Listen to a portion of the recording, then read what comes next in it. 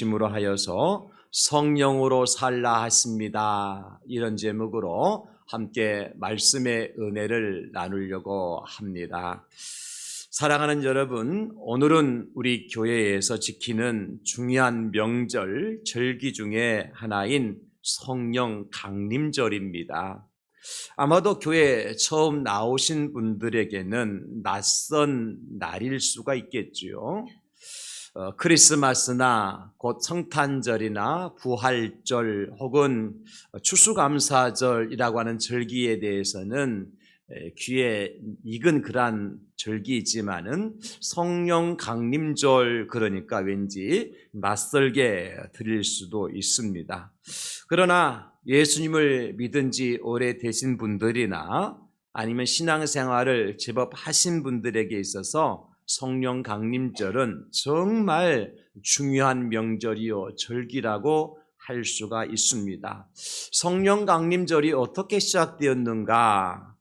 여러분, 우리 예수님께서 이 땅에 오셔서 33년의 삶, 특별히 3년의 공생애를 사시고 십자가에 달려 돌아가셨지요.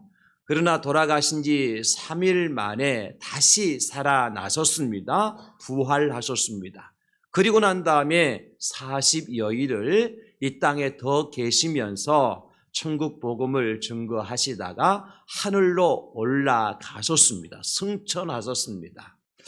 이것이 우리 예수님 이 땅에 오셔서 하신 일들인데요. 예수님께서 부활하시고 하늘로 올라가시기 전에 제자들에게 한 가지 권면을 하시죠.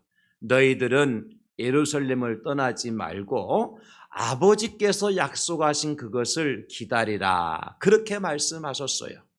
그 말씀을 들은 제자들이 예수 명령을 따라서 예수님이 십자가 달려 돌아가시고 하늘로 올라가셨지만은 예루살렘을 떠나지 아니하고 마가라고 하는 사람의 다락방에 모여서 함께 기도하며 그 날을 약속하신 것을 기다렸더랬습니다. 그리고 50일째 되는 날에 그 마가의 다락방에 이상한 일이 벌어졌어요. 다른 게 아니라 큰 구름소리와 번개와 같이 불과 같이 내성이 울려 퍼지면서 각 사람 위에 불같은 성령이 임하게 된 것입니다. 이 사건 이후로 제자들이 변화되었어요. 오순절에 이제 성령을 받은 제자들은요, 걸어잠갔던 문을 열어 제치고 밖에 나가서 예수님을 담대하게 전하기 시작했습니다. 뿐만 아니라 그 현장에서 어떤 일이 일어났느냐 하면 성령을 받은 제자들에게 있어서요, 그날이 오순절이니까 예수님께서 부활하시고 50일째 되는 날, 펜타코스트라고 하는 헬라어인데 이 오순절에 많은 사람들이 각국에서 이 오순절을 지키기 위해서 예루살렘으로 모였단 말이에요. 각국의 사람들이.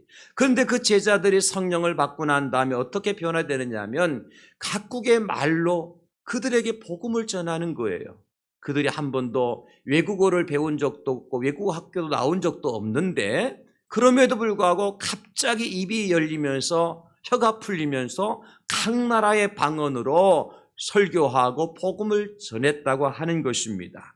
이날을 기념하여서 지키는 절기가 바로 성령 강림절이고요. 그 내용을 구체적으로 자세하게 기록한 성경이 바로 신약성경 사도행전 2장에 나오는 것입니다. 여러분, 구약을 넘어서 신약의 시대에, 사복음 시대에 예수님께서 땅에 오셔서 어떻게 오셨고 어떤 일을 하셨고 어떻게 죽으셨고 어떻게 부활하셔서 승천하셨는가를 사복음서를 통해 우리가 알게 되어지는데 이 사복음서를 더 진전시키고 완성시킨 것이 바로 사도행전 2장의 역사라는 거예요. 성령 강림절이라는 것이죠. 여러분, 그러므로 성령님은 어떤 분이시냐? 하나님께서 보내신 영이셔요. Holy Spirit, 그래서 거룩한 영이라는 뜻이에요. 성령이라는 뜻은 누가 보내주셨다고요? 하나님께서 보내주셨어요. 그러면 그분은 누구의 영이시냐? 바로 예수 그리스도의 영이시란 말이에요. 예수님이 땅에 오셔서 많은 일을 하셨습니다. 천국 복음을 전파하시고 많은 사람들을 고치시고 진리의 말씀을 가르쳐 주셨어요. 예수님께서요. 그런데 그 예수님께서 하늘로 올라가셨단 말이에요. 그리고 예수님의 영이신 성령님을 하나님 아버지께서 이 땅에 다시 보내주신 것입니다. 그래서 성령님께서 이 땅에 오셔서 하시는 일이 뭐냐? 예수님께서 하셨던 천국의 복음과 하나님의 말씀의 진리와 각종 병든 자, 귀신 들린 자를 고치시고 가르치시고 전파하시는 역할을 성령 하나님께서 하시는 거예요. 따라서 여러분, 저와 여러분들이 믿음의 삶을 살아가고 있는 이 시대는 구약 시대도 아니고 신약 시대도 아니고 바로 성령 시대라고 얘기하는 것입니다. 왜냐하면 성령이 이 땅에 오셔서 지금 우리를 가르치시고 지도하시고 인도하시고 역사하시기 때문에 우리가 믿는 이 시대를 무슨 시대라고 그런다고요? 성령 시대라고 얘기하는 거예요. 그래서 우리가 오늘 이 성령 강림절을 맞이하여서 성령으로 살라 하십니다.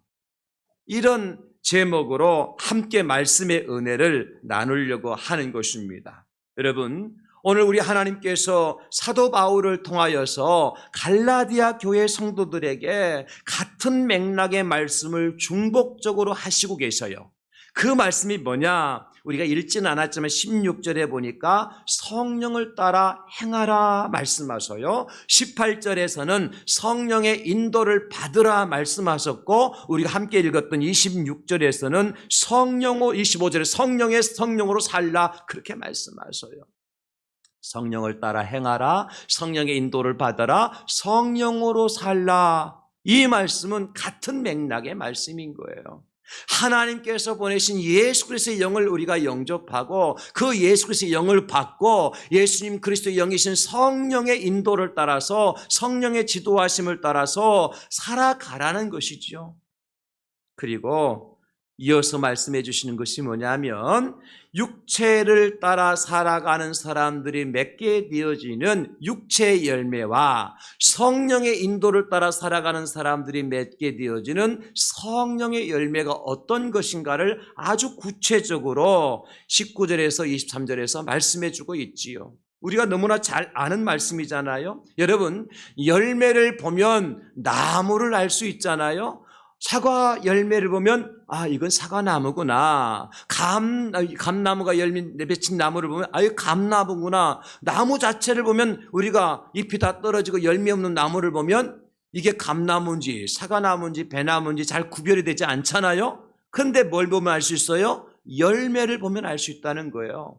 그러니까 이 사람이 육체를 따라 살아가는 사람인지 성령의 지배를 받고 성령의 인도를 받는 성령의 사람인지 뭘 보면 알 수 있다고요? 열매를 보면 알 수 있다고요. 그래서 우리가 하나님 말씀 한 번 더 보도록 하십시다. 갈라디아서 5장 19절 23절 다 같이 한번 읽어볼까요? 시작. 육체의 일은 분명하니 곧 음행과 더러운 것과 호색과 우상 숭배와 주술과 원수 맺는 것과 분쟁과 시기와 분냄과 당 짓는 것과 분열함과 이단과 투기와 술 취함과 방탕함과 또 그와 같은 것들이라. 전에 너희에게 경계한 것 같이 경계하노니 이런 일을 하는 자들은 하나님의 나라를 유업으로 받지 못할 것이요 오직 성령의 열매는 사랑과 희락과 화평과 오래 참음과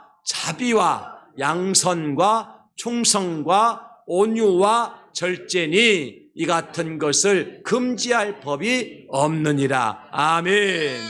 여러분, 우리가 방금 읽었습니다마는 육체의 일을 통해서 맺는 육체의 열매와 성령의 인도를 따라서 사는 자가 받는 성령의 열매의 차이는 확연하게 구별이 되어지잖아요. 우리가 하나하나 열매 하나를 따서 먹어보지 않는다 할지라도 어떤 게 우리를 유익하게 만들고 어떤 것이 우리를 무익하게 만드는 것인가를 여러분들이 다 구별할 수 있으시겠죠? 그러면 나는 어떤 열매를 맺는 사람이 되어야 될까요? 두말할 것 없지요. 성령의 열매를 맺는 사람이 되어야 될 줄로 믿습니다. 여러분 모두가 지금부터 성령을 따라 삶으로, 성령으로 행함으로, 성령의 인도를 받음으로 성령의 열매를 맺고 살아가시는 우리 성도님들이 다 될 수 있기를 예수님의 이름으로 축원합니다. 그렇다면 여러분, 우리가 성령으로 살기 위해서 필요한 삶의 원리가 있어요. 그 삶의 원리가 뭐냐? 첫째는 이것입니다. 성령의 사람은 헛된 영광을 구하지 않습니다. 성령의 사람은 절대로 헛된 영광을 구하지 않아요. 오늘 26절에 말씀하고 있잖아요. 헛된 영광을 구하여 서로 노엽게 하거나 서로 투기하지 말지니라. 이렇게 결론을 맺고 있어요.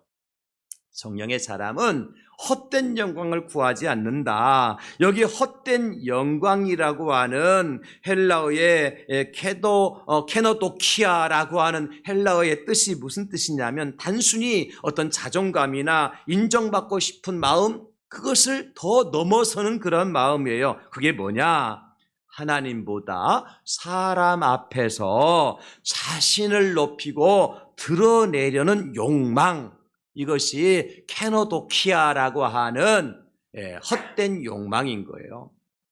우린 누구 앞에서 살아야 돼요? 하나님 앞에서 살아야 돼요. 코람데오, 하나님 앞에서 사는 사람들이 그리스도인입니다. 그러나 헛된 욕망을 쫓아 사는 사람은요, 하나님의 앞이 아니라 사람 앞에서, 누구 앞에서? 사람 앞에서 자기를 높이고 드러내려고 하는 욕망으로 사는 사람이 헛된 영광을 구하는 사람이다. 그래서 이 케노스라고 하는 말과 독사라고 하는 말이 합쳐진 말이 케노도키아라고 하는 말인데, 케노스는 무슨 뜻이냐면 비어있다, 실체가 없다, 그런 뜻이에요. 독사라고 하는 것은 우리가 잘 아는 것처럼 영광이요, 명예를 뜻하고요. 그러니까 비어있는, 실체가 없는 영광이요, 비어있는, 실체가 없는 명예가 곧 케노도키아라고 하는 헛된 영광이란 뜻이죠. 여러분, 바지 사장 얘기 들어보셨어요? 바지 사장. 이 바지 사장은 그 회사에 대해서 실권이 있어요, 없어요? 없어요. 돈이 있어요, 없어요? 없어요. 그냥 명예만 사장이야. 이걸 바지 사장이라고 그래요. 그 사람은요, 그 회사의 사장의 명함은 가지고 다니지만 그 회사의 어떤 실권도 없고 그 회사의 어떤 실속도 없고 그 회사의 어떤 차지할 만한 영광도 없는 사람이에요. 그리스도인들 가운데 바지 그리스도인들이 있어. 예.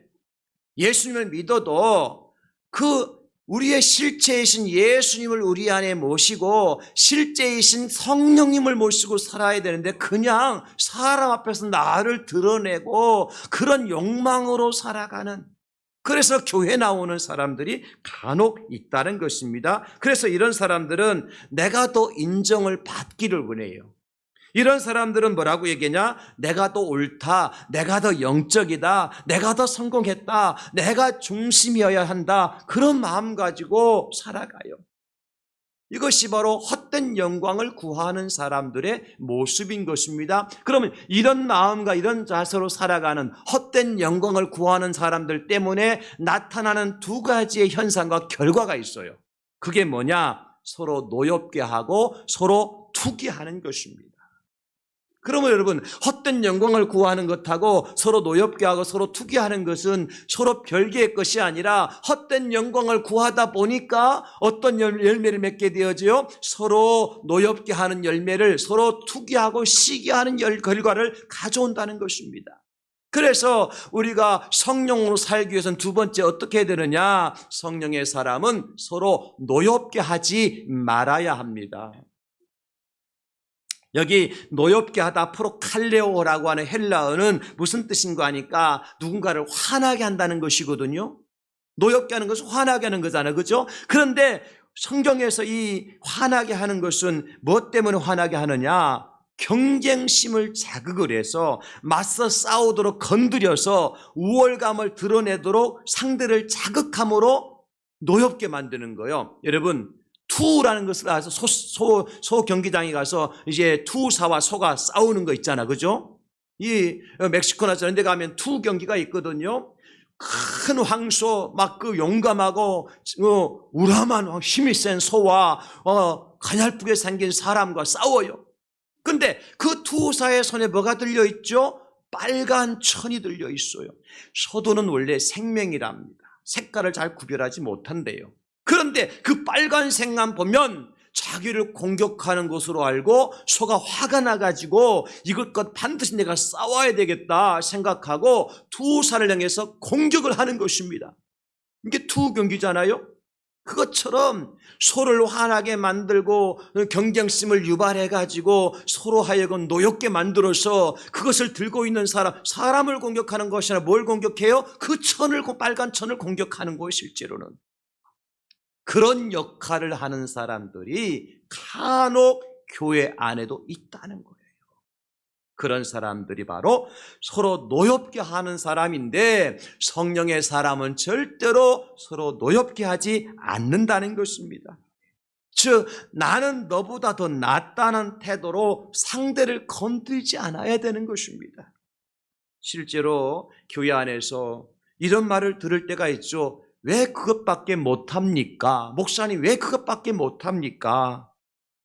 목사는 성도들을 향해서 그 신앙으로 뭐가 되겠어요? 라고 말을 할 때가 있지요. 여러분 이런 말을 들으면 기분이 좋아요? 안 좋아요? 안 좋아요. 안 좋은 정도가 아니라 성질 나요. 노엽게 하는 말이란 말이에요. 특별히 내가 하는 봉사와 헌신을 은근히 과시하고 다른 사람들의 실패를 공개적으로 지적하는 것도 마찬가지 프로칼레오에 해당되는 거예요. 그리고 다른 직분으로 다른 사람을 누르는 경우가 있어요. 목사가 장로에게 장로가 돼갖고 목사한테 이런 말을 할 수가 있는 거예요. 장로님들이 집사님들이 집사 주제에 장로한테 그런 말을 할 수가 있는 거예요. 교회는 계급사회가 아닙니다, 여러분. 섬김과 봉사의 기관이 교회지 내가 목사니까 최고 위에 오너의 자리가 있고 그 다음에 장로, 그 다음에 권사, 그 다음에 안수집사, 집사 이게 아니라는 거예요. 우리 교회는 절대 그런 교회가 되어서는 안 돼요. 오히려 목사가 될수록 여러분 곡식을 보십시오. 이삭이 익으면 익을수록 고개를 숙여 뻣뻣이 들고 다녀요. 고개를 안 봐서 몰라요? 예. 곡식이 익으면 익을수록 고개를 더 숙이는 법입니다. 더 낮아져야 돼요. 더 겸손해져야 되지. 감히 장로가 목사한테 그러면 그때부터는요. 그러면 너는 목사고 나는 장로인데 너는 사람이고 나는 짐승이냐 하면 어떡할 거예요 도대체. 절대로 그런 말들을 자기 과시잖아요.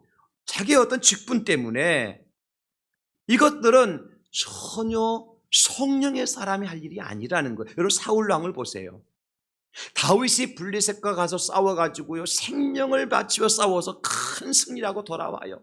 그러니까 여인들이 막 찬송하며 난리가 났잖아요. 그런데 거기서 어떤 문제가 발생하느냐 하면 여인들이요 다윗에게는 만만의 영광을 돌리고 사울에게는 천천의 영광을 돌려요. 사울 왕이 화가 났어. 왜? 나는 왕이고 다윗은 종인데 나는 이 나라의 왕이고 다윗은 이 나라의 신하인데 감히 그러잖아. 그죠? 성경 보십시다. 사무엘상 18장 6절로 9절 무리가 돌아올 때 곧 다윗이 블레셋 사람을 죽이고 돌아올 때 누가 블레셋 사람 죽이고 돌아왔어요? 다윗이 여인들이 이스라엘 모든 성읍에서 나와서 노래하며 춤추며 소고와 경세를 가지고 왕 사울을 환영하는데 누구를 환영해요? 왕 사울을 환영해요. 이것도 감지덕지 해야 될 것 아닙니까 여러분? 싸운 것은 다윗이고 영광은 사울왕에 들리는데 천천히 아니라 여러분 백백의 영광을 돌려주더라도 고맙다 해야지. 누구한테? 다윗에게. 그런데 사울이 어떻게 해요? 뛰놀며 노래 이르되 사울이 죽인 자는 천천히 다윗은 만만한지라 사울이 그 말에 불쾌하여 심히 노하여 이르되 다윗에게는 만만을 돌리고 내게는 천천만 돌리니 그가 더 얻을 것이 나라 말고 무엇이냐 하고 그날 후로 사울이 다윗을 주목하였더라. 그 날짜로 다윗을 죽이려고 쫓아다니는 거예요. 여러분, 만약에 사울이 성령의 사람이었다고 할 것 같으면 다윗을 향해서 만만의 영광을 돌리든 억만의 영광을 돌리든 사울 왕이 어떻게 해야 돼요? 지금 다윗을 당장 왕궁으로 데려오너라. 다윗에게 그 상을 나려야 되겠노라. 아멘 하는 분들만 성령의 사람도 있대. 감동이 안 돼요? 이게 진짜 왕이고 이게 진짜 성령의 사람이지. 어떻게 다윗에게 만만해 자기는 천천히 영광을 돌렸다고 그날 이후로 다윗을 죽이기로 마음에 작정합니까? 누가 싸워서 이긴 전쟁인데 다윗이 싸워서 이긴 전쟁이잖아요. 성령의 사람은요, 남을 나보다 더 낮게 여기는 사람이고 더 존중해 주는 사람이에요. 그래서 성령께서 진리를 깨닫게 하시고 성령께서 자기 분수를 알게 하며 은혜를 받은 사람은 어떻게 한다고요? 자기보다 다른 사람을 더 낮게 여기고 더 존중하고 높여주는 사람이에요. 특별히 노엽게 만드는 사람이 아니라 어떻게 될까요? 노여움을 풀어주는 사람. 이것을 조금 유식한 말로요, 트러블 메이커가 아니라 피스 메이커가 되어야 된다는 거예요. Understand? 예, 딱 세 사람만 아멘 하네요. 죄송합니다. 어떤 공동체에 들어가서 문제를 일으키고 막 화를 나게 만들고 싸움질하게 만드는 그런 사람이 있어요. 싸움에 불쏘시개역하는 사람이 있다니까. 그 어떤 사람은 그 싸우는 현장에 들어가서 가만 해가지고 그들을 위해서 기도해주고 사랑을 베풀고 은혜를 베풀고, 그래서 그 싸움터를 평화의 현장으로 만드는 사람을 피스메이커라 그러는 거예요. 성경에서 그 대표적인 인물을 한 사람 만나게 되는데 누구냐면 바로 나발의 아내였던 아비가일이라고 하는 여인이었어요. 다윗이 사울 왕을 피하여서 굶어 죽기 직전에 나발이라는 사람이 자기 집에 양털을 깎는 날이야. 잔치하는 날이에요. 잔치하니까 먹을 음식이 많을 것 아니에요. 그러니까 다윗이 자기 사람들을 이제 그 나발의 집에 보내서 음식을 좀 구해 오도록 보냈어요. 그런데 나발과 다윗과의 관계는 보통 관계가 아니에요. 전에 나발이 들에서 양을 치고 있을 때요, 그 나쁜 놈들이 와서 그 나발의 양을 가져가고 죽이려고 했을 때에 다윗은 그를 도와가지고 나발의 양떼를 다 지켜낸 사람이요. 그래서 나발의 사람 부자가 됐고 오늘 양털을 깎는 잔치하는 날이라서, 그러니까 옛날 은인이니까 당연히 보내서 우리 그 주인 다윗이 음식을 좀 보내달라고 했어도 그러면 없는 것도 싸 보내야 되잖아요. 그런데 나발이라 그냥 막 입으로 나발만 하고 그래가지고 다윗이 누구냐, 요즘에 주인을 버린 종들이 많은데, 그러면 다윗을 비웃고 그냥 다윗이 보낸 사람들을 빈손으로 돌려보내요. 다윗이 기분 좋을까요? 안 좋을까요? 기분 안 좋은 게 아니라 승질 난다니까. 그러니까 어떻게 해요? 군사를 모집합니다. 당장 출격하자. 저 나발과 그에 속한 모든 것들을 다 죽이고 죽이자. 그래가지고 군사를 모집해서 출정하기 바로 직전에 다윗 앞에 한 여인이 무릎을 꿇고 엎드려서 비는 거예요. 그가 누구냐면 바로 그 나발의 아내였던 아비가일이었어요. 각종의 선물과 음식을 다 가지고 와서 한 번 용서해 달라고, 내 남편 나발이 잘못했으니까 나를 봐서라도 용서해 달라고 다윗에게 용서를 구하니까 다윗이 뭐라고 얘기하는 거 아니까 사무엘상 25장 32절 34절에 말씀합니다. 다윗이 아비가일에게 이르되 오늘 너를 보내어 나를 영접하게 하신 이스라엘 하는 여호와를 찬송할지로다. 아비가일을 누가 보내셨습니까? 여호와 하나님께서 나에게 너를 보냈다. 그러면서 또 내 지혜를 칭찬할지며 또 내게 복이 있을지로다. 오늘 내가 피를 흘릴 것과 친히 복수하는 것을 네가 막았느니라. 나를 막아 너를 해하지 않게 하신 이스라엘의 하나님 여호와의 살아계심을 두고 맹세하노니 네가 급히 와서 나를 영접하지 아니하였다면 어떻게 밝은 아침에는 과연 나발에게 한 남자도 남겨두지 아니하였으리라 하니라. 여러분, 오늘 이 말씀을 보면 아비가일이라는 여인이 지혜로운 여인이었습니다. 그런데 그 여인에게 지혜를 주신 분이 누구님을 알 수 있습니까? 하나님이 주신 거예요. 그 하나님 어떤 하나님이실까요? 지혜의 영이신 성령 하나님께서 아비가일의 마음을 감동시켜 주시고, 지금 내 남편이 잘못했으니까 빨리 다윗에게 가서 사과하고 용서를 받고 이 전쟁을 피하고 피 흘림을 피하도록 해라. 하나님께서 아비가일을 다윗에게 보낸 거예요. 성령의 사람 아비가일 때문에 피 흘림이 없이 또 다윗도 복수하지 아니하고 많은 것을 얻게 될 수 있었죠. 가정에서도 마찬가지예요. 남편이 아내를, 아내가 남편을, 다른 집의 남편과 다른 집의 아내와 비교하면 됩니까? 안 됩니까? 비교하면 화가 나요? 안 나요? 내가 아는 친구의 신랑은 다 그렇게 안 하는데, 그럼 뭐라 그래요? 가서 그놈하고 살아라. 또 아이들한테는 뭐라 그러죠? 아니, 옆집의 영철이는 잘만 하는데 너는 왜 그 모양 그 꼴이냐? 대가리에 뭐가 들었느냐? 그러면 아들이 뭐라 그래요? 내가 엄마 뱃속에서 이렇게 만들어 달라고 내가 엄마한테 기도를 했어. 소원을 빌었어. 이렇게 만들어 놓은 사람이 엄마고, 내 머릿속에 들어있는 것이 엄마 아빠 속에 있는 게 내 머릿속에 들어있는데 무슨 말하요? 여러분, 그런 말밖에 나올 수밖에 없어요. 그렇습니다. 신앙생활에도 마찬가지예요. 기도를 과시하고 헌신을, 경쟁을 붙이고 나는 저 사람과 다르다는 우월감으로 상대를 모욕하는 것은 절대로 성령의 사람이 하는 것이 아닙니다. 바리새인들이 그랬잖아요. 서기관들과 바리새인들이 예수님 앞에 나와서 쇠리와 자기를 비교하면서 뭐라고 얘기해요?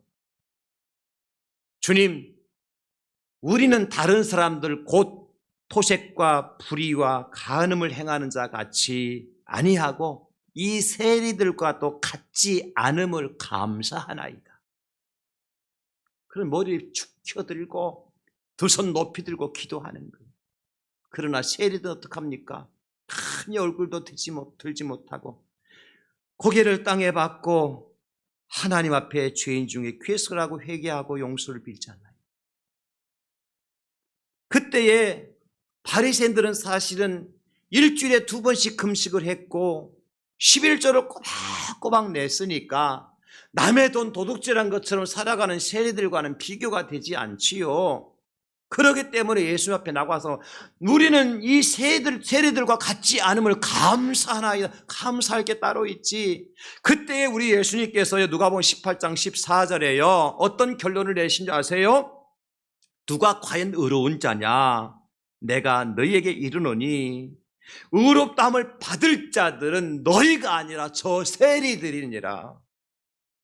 예수는 분명한 결론을 냈어요. 성령의 사람은 어떤 사람이냐?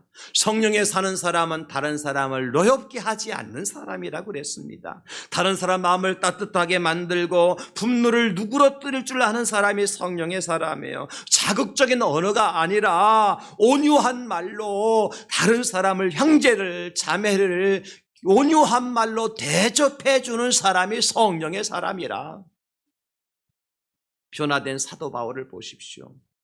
변화되기 전에는 스데반 집사를 돌로 쳐 죽일 때에 돌을 치는 사람들의 옷을 맡아서 가편에서 응원해 줬던 사람이 사울이요.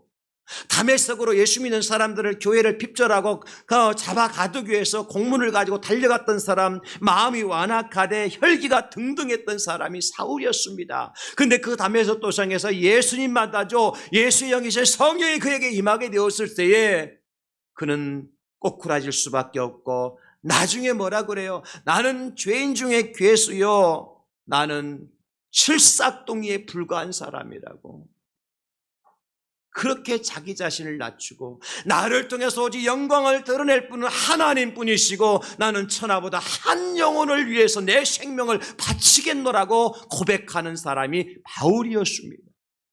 이것이 성령의 사람과 성령을 받지 못한 사람의 차이인 것입니다. 사랑하는 성도 여러분, 우리가 다 성령으로 살아낼 수 있기를 주님의 이름으로 축원합니다.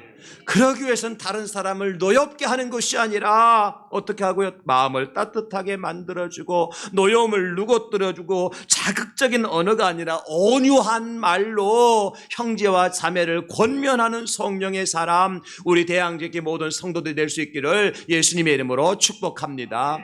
마지막, 성령의 사람은 서로 투기하지 않습니다. 여기 투기라고는 푸도네오라고 하는, 이것은 부럽게 하다, 그런 뜻이거든요. 여러분, 그런데 성경에서 투기 시기는요, 무슨 뜻인가 잘 들어보십시오. 남이 받은 은혜를 괴로워하는 마음이에요. 그런 사람이 있을까요? 금요기도회 시간에 성령의 불을 받아서 어떤 사람 막 펄펄 뛰며 박수 치면서 방으로 기도해요. 그러면서 이제 끝나고 집에 돌아가면 차 안에서요, 참 그 집사 별나다. 성령을 받아도 그렇게 받아야 되나? 지만 기도하나?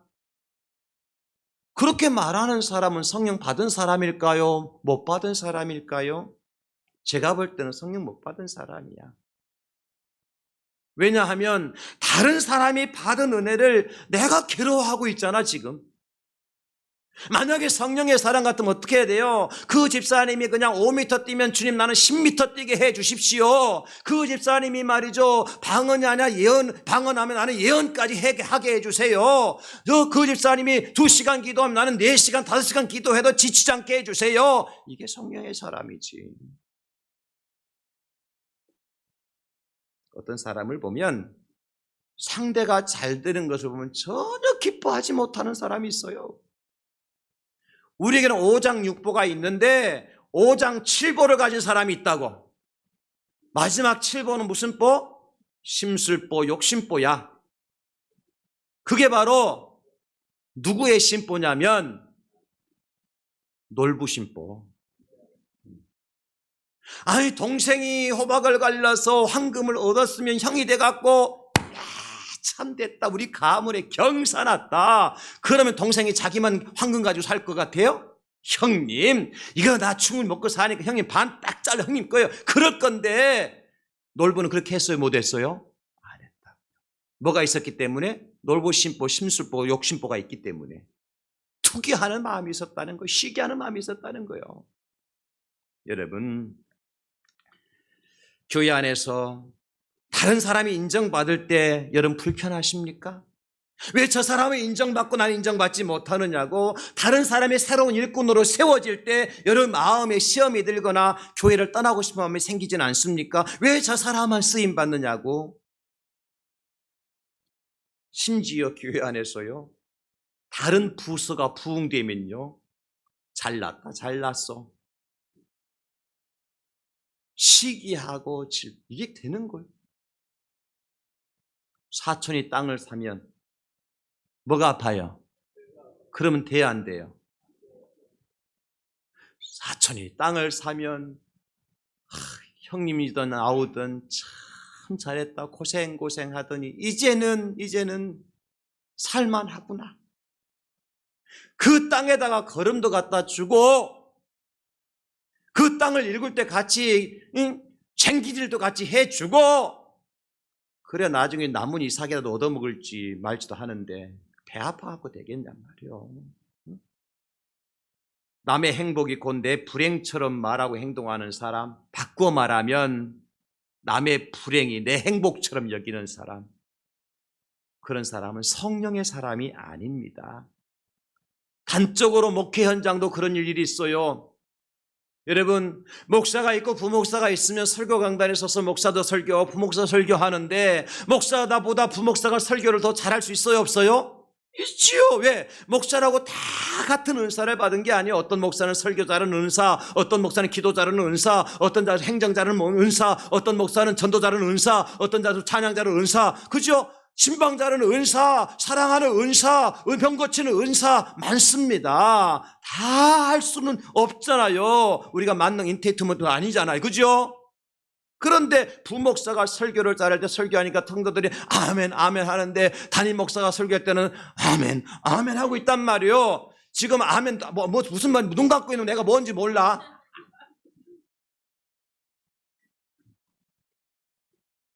그러니까 담임 목사가 그걸 보고서 부목사 너는 안 되겠다. 너는 우리 교회에 있을 만한 사람이 아니야. 다른 교회 가라. 이게 성령으로 사는 목사요? 아니면 육체로 사는 목사입니까? 여러분 가만히 계셔. 그럴 때는 여러분 목사 얘기니까 여러분 해서 다 괜히 시험에 들 수 있으니까. 제가 볼 때는요, 저는 그래요. 모르겠습니다. 제가 설교를 못해서 그런지 모르겠는데 정말 설교 잘하시는 부목사님, 우리 전사님 정말 저는 찾고 있어요. 왜냐하면 우리 성도들에게 은혜를 끼치는 강단이 되면 얼마나 행복해요. 아니 목사가 잘하든 부목사가 잘하든 잘해갖고 교회 부흥하면 되잖아. 왜 그걸 투기하고 시기하냔 말이에요. 테니스 경기장에서 상대가 잘해갖고 내가 졌어. 근데 어떤 테니스 선수는요, 아이씨 그러면서 테니스 라켓을 막 땅에 탁 내팽개쳐. 그 비싼 테니스 라켓을 그냥 부러뜨리네. 야, 정말 아깝더라.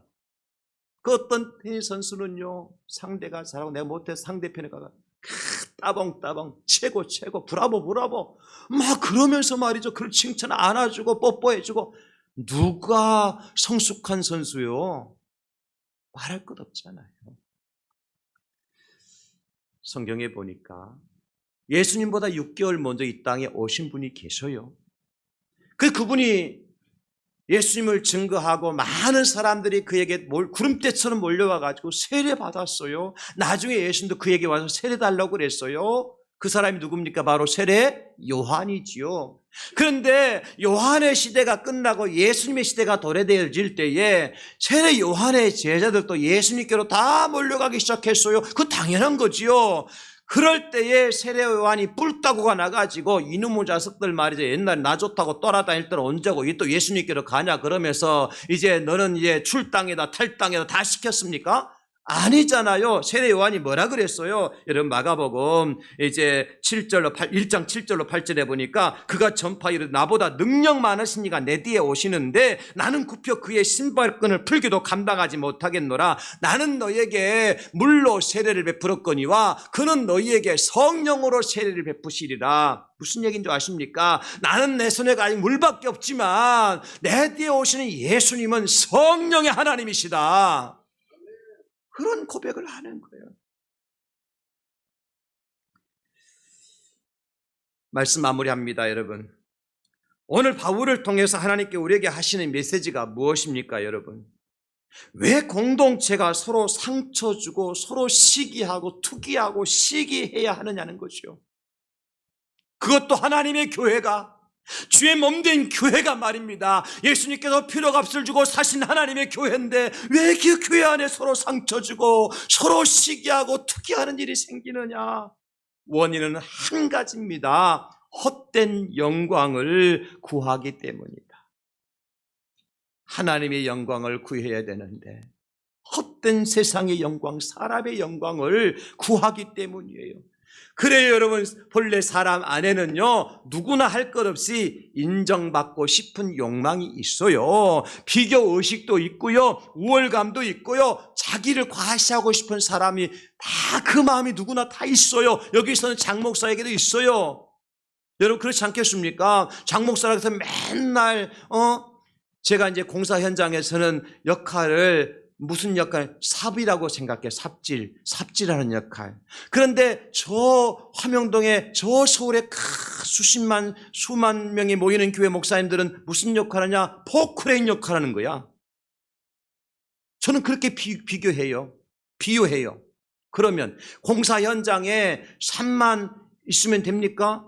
포크레인만 있으면 됩니까? 골고루 다 필요하잖아요. 그런데 나도 때로는 포크레인이 되고 싶은 거야. 왜요? 똑같이 신학교 나와서 똑같이 나도 미국 가서 박사과정 공부했고 키도 나이가 그보다 그 사람보다 크고 인물도 별로 떨어지는 것 같지 않고 지금 내가 나이가 들어서 그렇지만 옛날에는 안 그랬어요. 그런데 거기는 교회는 뭐 수천 명, 수만 명, 수십만 명 모이고 나는 그렇지 않으니까 때로는 주님 나는 왜 그래요? 나도 좀 더 잘하고 싶은데요. 우리 교회도 부흥하고 싶은데요. 그런 마음이 있을까요? 없을까요? 없으면 인간이 아니야. 신이야, 신. 우리에겐 다 그런 마음이 있다는 거예요. 여러분의 그런 마음이 다 있다는 거예요. 그러나 중요한 것은 뭐냐? 중요한 것은 그 욕망으로 사는 것이 아니라 성령으로 살아야 된다는 것입니다. 그래서 우리가 성령 받아야 되고 성령의 인도를 따라야 되고 성령으로 살아내야 된다는 것입니다. 사랑하는 우리 성도 여러분, 우리가 서로 노엽게 하지 않고 서로 투기하지 않으며 하나님의 영광을 나타내 살 수 있는 비결이 무엇입니까? 헛된 영광을 구하지 말아야 된다 그랬습니다. 근데 이게 스스로 안 돼요. 그래서 성령님을 구하는 겁니다. 성령님, 내가 이 못된 심령, 이 마음을 고칠 수 있는 방법은 성령께서 내 마음을 완전히 뒤집어 주셔야 됩니다. 내가 말만 하면 가시돋친 말을 하고 상대에게 상처 주는 말을 하는데 내 입술과 내 혀를 고쳐주실 분은 성령 하나님밖에 없습니다. 성령을 구하라는 거예요. 그래서 성령 받아야 되고 약속하신 성령으로 충만해야 되고 보내신 성령의 지배를 받아야 서로 노엽게 하지 않고 기쁨의 주인공이 될 수 있고 화평케 하는 자가 될 수 있는 것이고요. 서로 시기하고 투기하지 아니하고 인정해주고 칭찬해주고 격려해주고 사랑해줄 수 있는 사람이 될 수 있는 것입니다. 오늘부터 저도 지켜보고 하나님도 여러분도 지켜보실 거예요. 성령 받은 사람인지 성령으로 사는 사람인지. 여러분, 내가 누구에게 노여움을 받는 것도 억울한데 내가 누구에게 상처를 노엽게 하는 것은 얼마나 더 비참하고 부끄러운 삶입니까? 우리 대양제교회 성도님들은 한 번도 이런 부끄러움에 처하지 않냐고, 영광의 그날에 주님과 함께 기뻐하며 즐거워하며 하나님께 더 큰 영광을 돌려드리시는 성령으로 살아가신 우리 성도 될 수 있기를 예수님의 이름으로 축원합니다. 하나님 아버지 도와주시옵소서. 주의 성령께서 우리 안에 온